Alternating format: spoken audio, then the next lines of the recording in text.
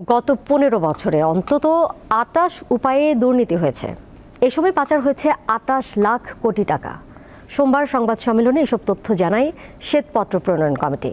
সদস্যদের মত, দেশের অর্থনৈতিক ও রাজনৈতিক স্থিতিশীলতা নিশ্চিত করা না গেলে দীর্ঘমেয়াদী সংস্কার কার্যক্রম করা যাবে না। সোমবার রাজধানীর শেরেবাংলা নগরের এনইসি সম্মেলন কক্ষে শ্বেতপত্র প্রণয়ন কমিটির সংবাদ সম্মেলন অনুষ্ঠিত হয়। এ সময় প্রতিবেদনের নানা তথ্য তুলে ধরেন শ্বেতপত্র প্রণয়ন কমিটির প্রধান ডক্টর দেবপ্রিয় ভট্টাচার্য। তিনি বলেন, বাংলাদেশে উন্নয়ন বাজেটের 40% অর্থ তছরূপ হয়েছে। সেই সঙ্গে দেশের 10% মানুষ দেশের 85% সম্পদ ভোগ করেছেন। যে 3টি নির্বাচন হয়েছে, এই 3টি নির্বাচন এইটা বিষবৃক্ষ সৃষ্টি করেছে এই চোরতন্ত্রের, এবং এর ভিতর দিয়ে আমার দেশের ভিতরে যে মৌলিক গণতান্ত্রিক অধিকারগুলো ছিল, যে জবাবদিহিতার জায়গা ছিল, সেই জায়গাগুলো নিশ্চিহ্ন হয়ে গেছে।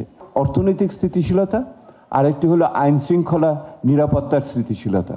যদি নিরাপত্তা না থাকে, যদি একই রকমভাবে জিনিসপত্রের দাম নিয়ন্ত্রণে না থাকে, তাহলে ওই যে দীর্ঘমেয়াদী সংস্কারের কথা বলছি, এইটা বিপদসংকুল হয়ে যাবে। তিনি জানান, সবচেয়ে বেশি দুর্নীতি হয়েছে ব্যাংকিং খাতে। এছাড়া অবকাঠামো খাত, জ্বালানি খাত এবং আইসিটি খাতে অভিনব পদ্ধতিতে চুরি হয়েছে। সবচেয়ে বেশি দুর্নীতিবাজ হচ্ছে আমলারা। যে খাত থেকে ধরা খুব কঠিন, সেটা হলো আইসিটি খাত, প্রযুক্তি খাত। প্রযুক্তি খাতে প্রচুর টাকা পয়সা এখানে গেছে। এখানে যে সমস্ত সংগ্রহ, ক্রয় ইত্যাদি হয়েছে, এটা একটা অভিনব পদ্ধতিতে হয়। সংবাদ সম্মেলনে কমিটির অন্য সদস্যরা জানান, বিভিন্ন প্রকল্পে যে দুর্নীতি হয়েছে তার কিছুটা দেশেও বিনিয়োগ হয়েছে, তবে বিরাট অংশ পাচার হয়েছে। দুর্নীতি হয়েছে, দুর্নীতি করে টাকা করেছেন, কিন্তু বাংলাদেশে ইনভেস্ট করেছেন বিভিন্ন জায়গায়। সরকার ট্যাক্স পায় নাই, এটা আমাদের মেইন স্ট্রিম ইকোনমিতে আসে নাই, কিন্তু কর্মসংস্থান হয়েছে ইত্যাদি। কিন্তু পরবর্তীতে যে প্রবণতা আমরা দেখি, সেটা হলো যে এটার বড় একটা অংশ দেশের বাইরে চলে গেছে। আমার মনে হয় বের হওয়ার 3টা সিঁড়ি আছে।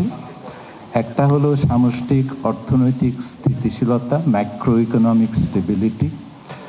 দ্বিতীয় হলো নীতির সংস্কার, পলিসি রিফর্মস।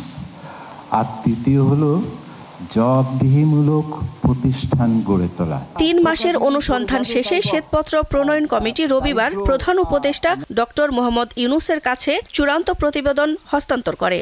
তারা মনে করেন দিলশা দানি, দীপ্ত সংবাদ, ঢাকা। আমলারা কাজ করে।